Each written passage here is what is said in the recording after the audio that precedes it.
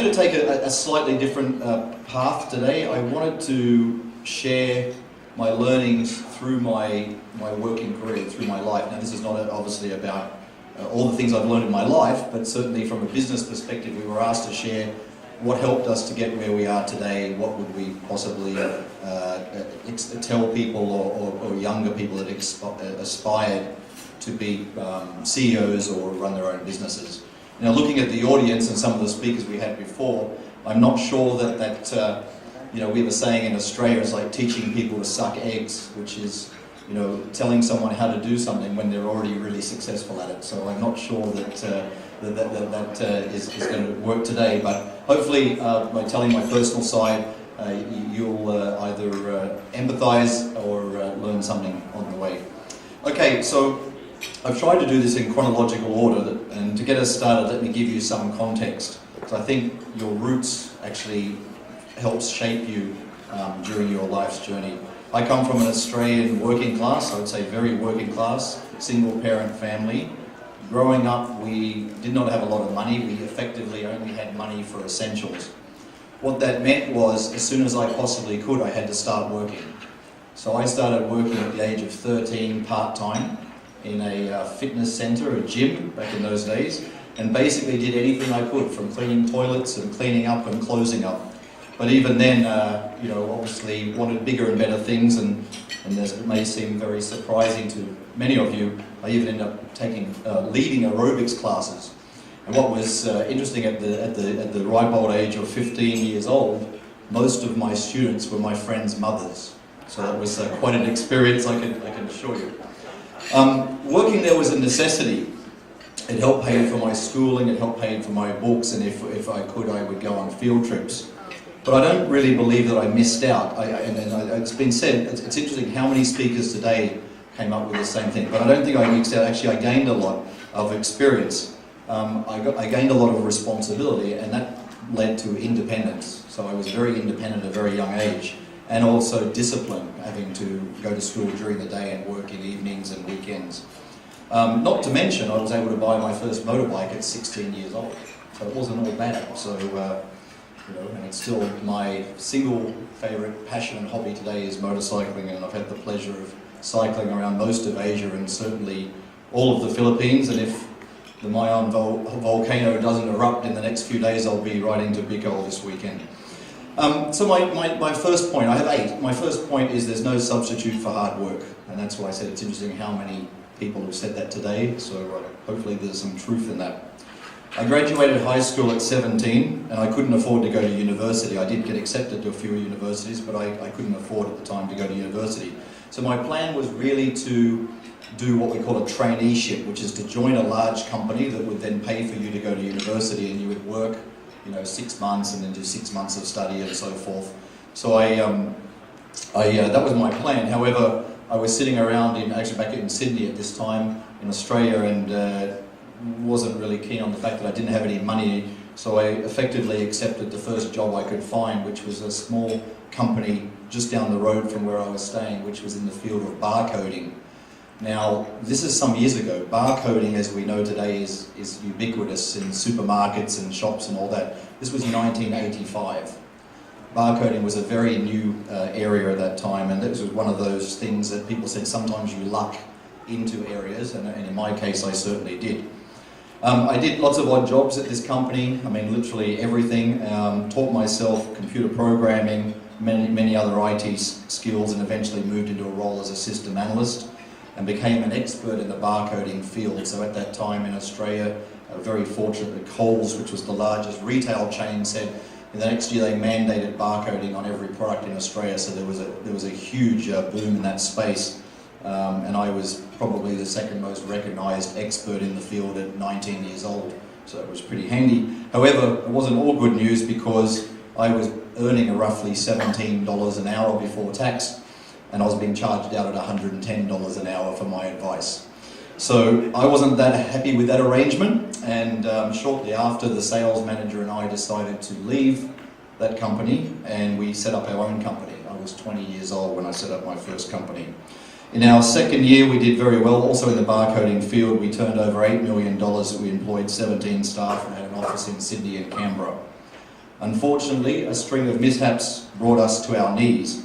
Firstly, we had a major issue with accounts receivable, and I'm sure many of you have been through this, down that path, especially those that run their own businesses. And an uninsured fire, or a fire destroyed our uninsured showroom, I should say. Ultimately, we had to close down the firm. When we went to the accountants or to the receivers to say we want to wind up the company, they said you can't.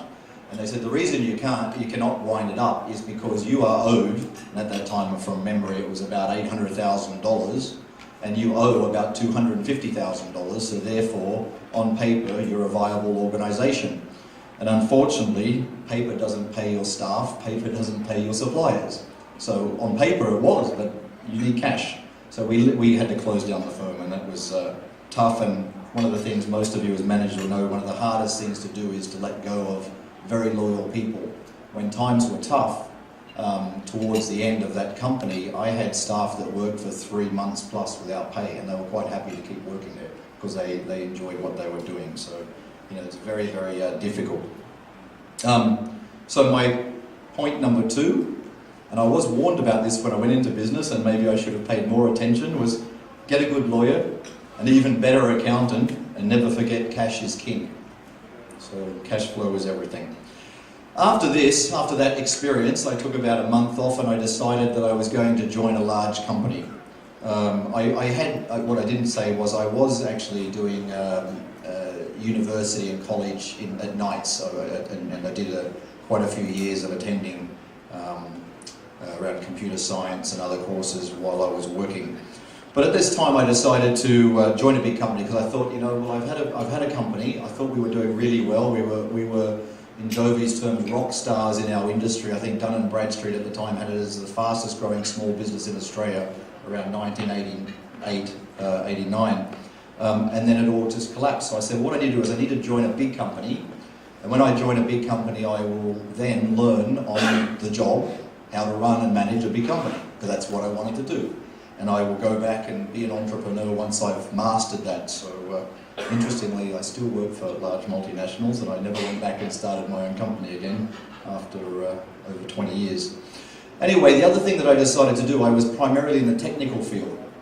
And I said, you know, this is really hard. I was programming sometimes 20 hours a day, 7 days a week, this sort of stuff. So this is a really hard way to make a living. Sales is where the money is. So what I said, I'm going to join a big company, and I'm going to go into sales. So I didn't have much experience in sales. I had run my own business, but it was really as the technical director. And I joined a company in telesales. So when you want to talk about learning sales, that's one way to learn how to sell. It was over the telephone, literally cold calling and doing that for a large software company. I didn't mind at the time. The person hiring me said, I think you're overqualified for this role. I didn't mind at the time because it was a foot in the door in a completely new industry, or not industry, but a new area, which is enterprise software, and it was in sales. Now, I did really well. After a couple of years of making my numbers and living the good life, I was approached by a former colleague who had an idea for a software program that basically, and this is again way back, alerted you about things that were going to go wrong in your computer system before they went wrong. And I'll just digress for a minute, because this particular man, Martin Picard was his name, had a very interesting story. He decided that he was from San Francisco, and he decided that he wanted to sail. So he went to night school and learned how to sail. Then he bought a yacht, a small yacht, it was about 40 foot, and said, I'm going to sail it from San Francisco to Australia by myself. And he did, with very little actual experience, other than what he'd learned in his night courses in community college. And he said one of the issues he had was because he had to do everything himself. He said, I was catching fish to eat, and I was surviving on the water and rations on the way down to Australia, but really I had no time to sleep. So he said all he did was he started rigging bells up to things and to alert him as on the journey. So if one of his lines hit a fish, the bell would go off, and he'd get up and then try and catch the fish and so forth. And he came from a computer software background, so when he got to Australia, he had this set that says, you know, we could do the same thing with IT systems. So he actually decided to start a company to build a system that alerted you about things that were going to happen in your IT system before they did. This was a lot of years ago. So he asked me to join. He said, you're a sales guy? He said, I'm not a sales guy, I'm a product guy. Why don't you come and work for me, be my national sales manager? It's a startup, right? And this is a startup back, and I'm talking 1991, 1992, which was probably before startups, IT startups were even heard of or fashionable. And I said, look, I'm doing well here. I will stay doing what I'm doing in sales. But I know a guy that's looking for a role. I used to work with him. He's okay, you give him the job. Well, silly me, less than 12 months later, Martin sold his company to a company called BMC Software for $40 million US. And the guy that I referred to the job walked away with over $2 million US in less than 1 year of working there. So lesson 3, take risks, be adventurous. And I believe is people don't want to because they're in their comfort zone. But if you are capable, and most people are, and you believe in yourself, I believe you'll get a job anywhere anyway, so the risk isn't really as risky as you think it was. So that's one of those stories where you go, damn, if only. Anyway, in early 1995, I was fortunate enough to attend a conference in Phuket in Thailand, and I spent some time in Thailand on holiday. I went back to Australia and I was intent on moving to Asia. It fascinated me. It was the first time I'd really been out of Australia. That's not true. I'd been to the US, but if you come from Australia, going to the US is a little bit like more of the same in some respects, but Asia really fascinated me. So I got back to Australia, didn't really have any ties there, and wasn't married, no mortgage, that sort of stuff, and I said, this is the time, I've got to get up, motivate myself and go do something else. So I started communicating with my manager and even some people in the Asia Pacific region and based in Singapore and so forth that I was interested in relocating. And interestingly, on March 28, 1996, I touched down in Manila and I was transferred to the Philippines. That was quite daunting because I'd never even been to the Philippines before. And I came in on March 28 and one of those auspicious dates, I started work on April 1st. On 1996. So that's interesting. My fourth point is there's only one person responsible for your career progression, and that's you. You need to let people know what you want to do. You need to let people know what drives you, what motivates you, and what you want to do. Don't leave it to chance. Jobs are often filled before they are advertised, and more you see that as you go along in your career, that's the case. It's people usually have someone already in mind for a role. Let me give you another example. Years later, when I was working in Singapore, an opening came up in another department under the same manager that I reported to. I was interested in the role because it was some really new area, to my point about changing roles every couple of years. I like to keep things interesting and fresh. And it would have been a promotion. It was an Asia Pacific wide responsibility sales role. So I discussed it with my manager and I said, this job vacancy's come up over here. I'd really be interested in doing that. And she was genuinely surprised, and she was really surprised because she said, but I thought you were so happy doing what you're doing now. And you're making your targets, it's good. You really want to go do this job? I said, yeah. I said, I think it'll stretch me. It's a new area. And ultimately, it was a higher responsibility and a promotion. And she gave me the job on the spot. She said, I didn't even think of you because I thought you were really happy doing what you were doing. So that just reinforces my point that even though I was a contributor in her organisation, she thought I was very content doing what I was doing, but you've got to let people know. It's up to you to let people know and market yourself within your and outside your organisation. So you're in charge of your future, no one else. My next thing was, if you're lucky during your career, you'll have one or two leaders or managers that really inspire you, or truly inspire, and you'll learn a lot through them. I was fortunate enough to have one leader when I worked in Singapore during the early 2000s. He was the president of the Asia Pacific region for the company, and he was my manager's manager. And I only had a few chances to work with him directly, but he had an open door policy, so he was always happy to talk to people. So two key things I learned from him.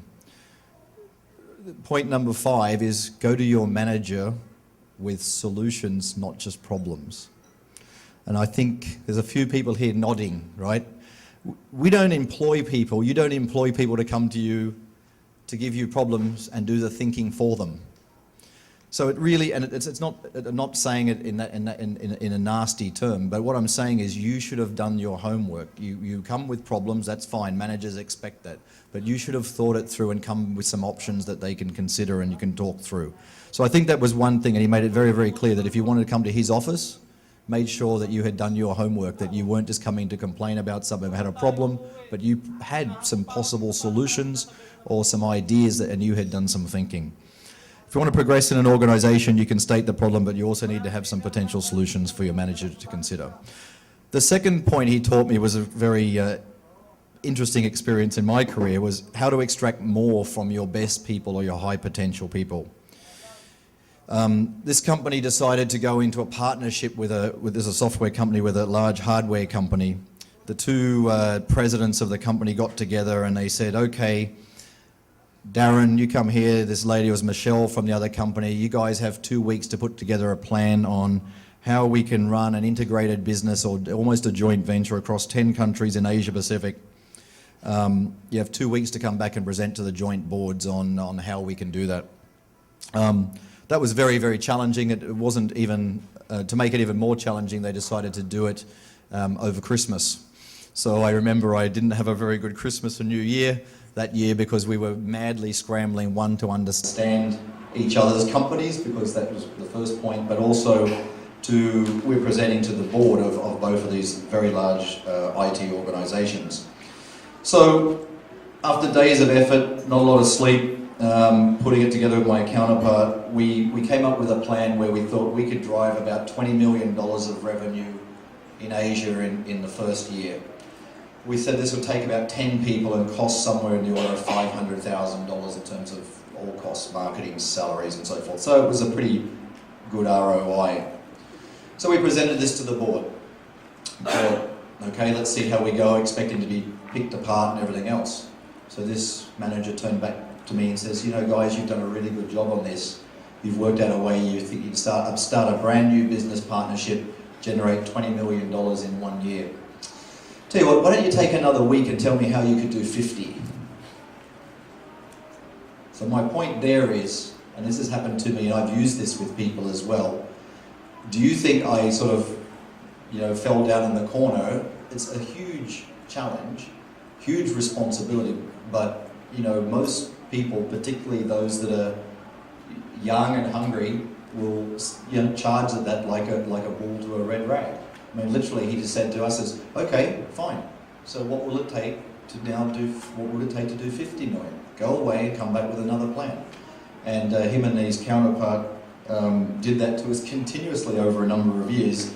But it was a very interesting experience and somewhat humbling when you put together a plan and someone saying, oh, that's like a hobby farm, or that's like a rounding error. Double it. What do you need? And they give you just enough rope to hang yourself, if you know what I mean. They literally give you, here's a blank check, fill in the numbers, but you're going to deliver, ultimately. Extremely motivating, I'll tell you, because I ended up running a business within the company. So for point 6, for top talent, challenge them. Force innovation. They will rise to the challenge. So after running this joint venture for about 2 years, I looked around the organisation and saw that there were people advancing ahead of me. I struggled to understand why. I'd always delivered my numbers or even over-delivered my numbers. I was always asked to do new innovative things, new like entrepreneurial type things, new business units and the like. But I saw like one individual in particular I'd worked with way back in Australia was now a senior vice president in the company and commanding one of the biggest business units, if not the biggest business unit of the company. And I was like, couldn't understand it. What is he doing? Didn't think he was particularly more capable than me. Maybe I was being immodest, but effectively I just could not for the life of me understand why these people, particularly this one individual, had achieved and gone on so fast in the organisation. So I did some long thinking, and obviously luck plays a role, there's no doubt about it. Some of us said we fall into these things by accident or luck. But when I really had a look, the one thing I noticed was it was the people that worked for him. The people that he had hired into the organisation were outstanding. And most of those people have gone on to be senior vice presidents, presidents in different organisations subsequent to that. And that was a bit of a wake-up call for me, And I wish someone had told me that 10 years earlier in my career, and that's why I'm sharing it with some of you. It really is about getting the right people. So that's point 7. Hire the best people you can find. Someone said it before, I'd rather have 5 very good people than 10, average people. I'm 100% believer in that, or I would say hire 3 of the best people. Sometimes we're under pressures to hire.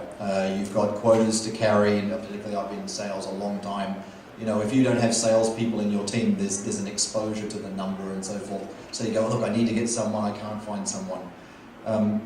After that learning and my experience subsequent to that now, I would rather not hire someone than hire the wrong person, or hire an average person.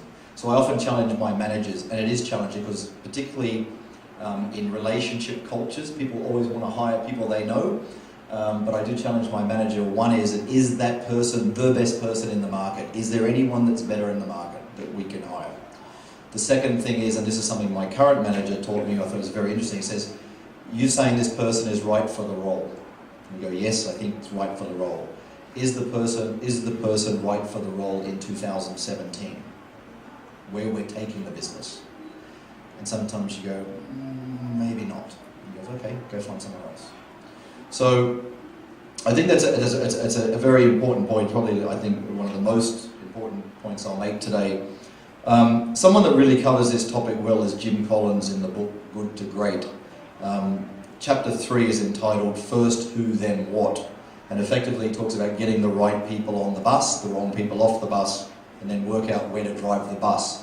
I think the interesting thing there was they studied many great companies, and they were expecting that there was some strategic vision and what the CEOs had done and gone strategic vision and then got the people to fulfill that vision or execute on it. It was actually the opposite way around. What the great CEOs had done is got the best team around them and then worked out what the strategy was and where to drive the bus. So I think that's very interesting. Okay, after many years in a profession, you'll probably ask yourself what motivates you. It may change as time passes. People don't get out of the bed in the morning and come to work just for a paycheck. This really isn't the case. Most people get out of bed for a particular reason. They believe in what they are doing, there's some greater purpose, or they have a motivator. I was thinking about this with the last company I worked for, and I asked myself, what does this company stand for? What is its centre? And there wasn't one. And it was at that point that I made a decision to leave.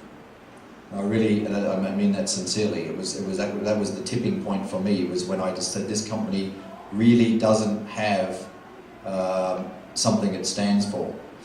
So my point 8, my last serious point, was work for something you believe in. For a company that has a purpose. If it's your own company, then its existence should be the purpose. I now work for SAP. Our vision is to make the world a better place and improve people's lives.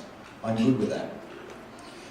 There is a great book called Start With Why by an author called Simon Sinek. I encourage you to read that if you haven't read that book. And which is about this topic and why companies exist. Start with the why first, and what is actually the essence of the company. So they're my main points I wanted to share with you today, which are more business oriented. My last point is in some ways anti-business. When I resigned from my last role, I took 4 weeks vacation leave, and I sat back and thought about when was the last time I'd had more than 3 weeks off in my, when was the last time I'd had more than 3 weeks off at one time? And I had to think about it for a very long time, because the answer was my trip to Thailand all those years ago, which was 15 years ago. So by resigning and taking a new role was the first 3-week holiday I'd had in over 15 years. Actually, it was closer to 20 years. And then I decided I would never do that again. So my last piece of advice, and possibly the most important, is make time for your family, make time for your friends, and make time for you. Thank you very much.